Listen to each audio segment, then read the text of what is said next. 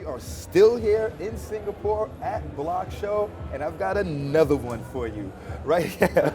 We're here with Matthew Roszak. Matt, it's a pleasure. Thanks for having me.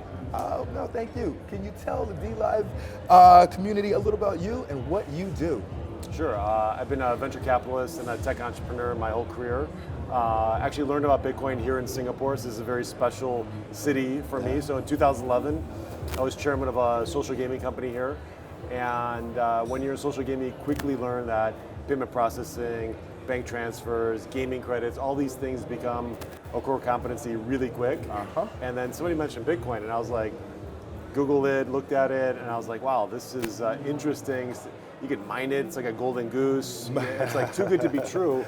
And like most people still today, I discounted it. And it took me about a year to get my head around it and really gonna start going down this rabbit hole. And after that, it was it's a dark path. I got to tell you, and you can't even look back. No, you look at it's just there's not even a little light. You know where you not know where you went. So I am like deep in the rabbit hole at this point. So what was the first company you saw besides Bitcoin that you said, hold on, blockchain as a technology, this is something? Yeah, I mean philosophically, you know, my investment thesis and the kind of future state of this industry is about tokenized networks. You know, I kind of look at blockchain as a railroad, and then the boxcars on the railroad are the tokens. They're kind of the value transfer and kind of like a way to create incentives and a digital cooperative on these new networks. You're speaking my language now, friend. You are speaking with tokenomics, and I are friendly.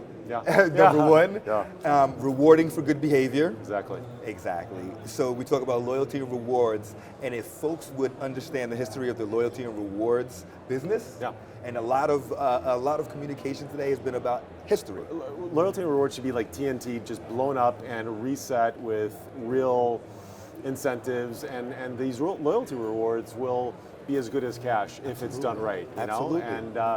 And I did this TED Talk, the tokenization of things, and in there I talked about even a Kardashian coin, you know, where artists and bands and celebrities could actually tokenize their ecosystems and reward early adopters, early fans, and really see this guy? Really instrument like their fan base and. You know, because it's like, you know, on one hand, it could be a Kardashian coin, but what would be a Marilyn Monroe coin worth today? Not as much as Kim, but it would still have a community and residents, etc. It would. Yeah. So some of these things are going to be bell curves, and not going to, you know, go to the moon forever. But it's another way to use money, tech, marketing, and influence management for some of these, you know, kind of new networks, not like, you know, tokenizing a bar of gold or something, which will happen, and that's great. But I'm more interested in kind of these net new networks that don't exist today. Okay, so tokenizing, let's just stay there, an entity's entire base.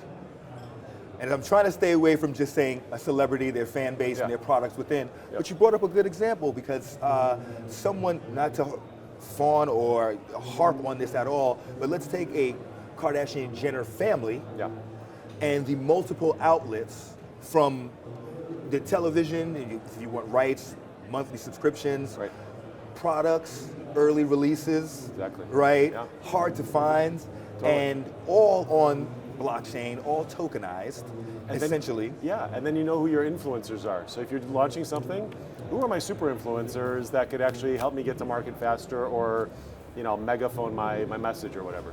Reward for the good behavior.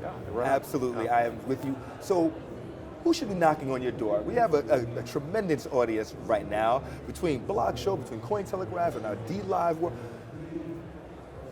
What should they be knocking on your door with? What type of concepts, what type of utilities, what should they knock on? What do you want to see? So at Bloq, my software company that I co-founded with Jeff Garzik was one of the original core developers. So literally went from Satoshi to Gavin to Jeff. We're builders, so we build software and new tokenized networks. On the tokenized network side, we launched a new cryptocurrency last year named Metronome. Earlier this year, we launched Bloq, which uses Bitcoin security as a service. And now we're launching a mining management network called Titan. Okay, tell me about Titan. Wait, what's going on with Titan right now? Titan is very pragmatic software to help miners make more money and be more efficient. I mean, the days of being an industrial miner, looking at your power bill and your Bitcoin balance and to see if you make money. It's long gone. It's long gone, exactly, and it's more sophisticated now. And so, we provide software to manage chip speed, fan speed, manage temperature, and then all the financial management of pool switching and coin optimization, and then a marketplace to buy and sell hash power. Well, that's fit. Yeah. I like that. Yeah. I was wondering what niche businesses I was going to pull, and that one I like. It's a big white space. We spend a lot of time with miners, and we just onboarded our first set of customers over the summer, and so we're still in closed beta. We'll be in open beta in the beginning of next year, but so far so good. All right, so where should they sign up for this, for early beta? Yeah, Titan.io is the website, and we've got a ton of requests thus far just from coming out of stealth earlier this year, so we're excited. What other little tidbits of information can I squeeze out of you right now and give to our audience? Well, I mean, those are the things that we're focused on now in terms of like other areas of crypto. I mean, we do like the affinity, the taking bonus points and network tokens like that. Trying to figure out what's the best way to approach that. We also other than the obvious outlet is other than the obvious outlet. Yeah. Okay. And the other thing is. It's a bigger think idea. It's called Vesper, and if you look at the future state of this industry, every tokenized network is a vending machine. If you need a service, you put in a token and you get that service, whether it's distributed compute or storage, et cetera, et cetera. And so, but to do that effectively at scale and say, I want storage. And so now the developer's got to go out and say, well, am I going to use SIA, Filecoin, Genero, Storage 8? And there's going to be a lot of competition for that, for just that one layer. And if you want to say, I want to build a decentralized server, any compute, storage, database, all these different layers, that's really cumbersome to do that. So Vesper is a provisioning engine to go and, based on vectors of time, cost, security, go and provision those dynamically based on those attributes and compose that easier.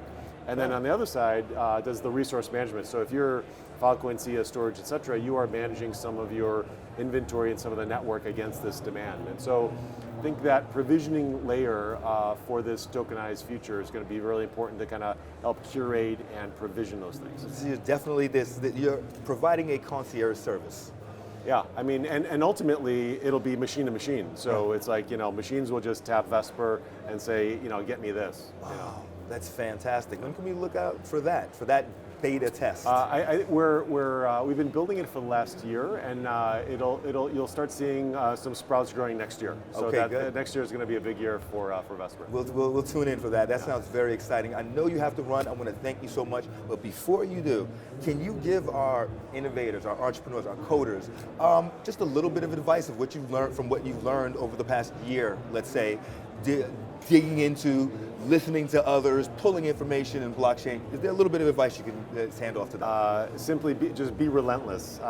Being early in this space, I was always looked at, as having like three heads, like, Bitcoin's drug money, the crypto crash of 2017, 18, hacks, this and that. And so other people outside of this amazing bubble of crypto are kind of always looking at you kind of weird and like, what are you guys doing? What is this space? Be relentless, continue to innovate in this space. I view this as a generational opportunity for entrepreneurs and investors, and we're all in the right place at the right time. Okay, well, I'm glad to have you right here, right now. Thanks for having me. Thank you for being on. All right. Take care.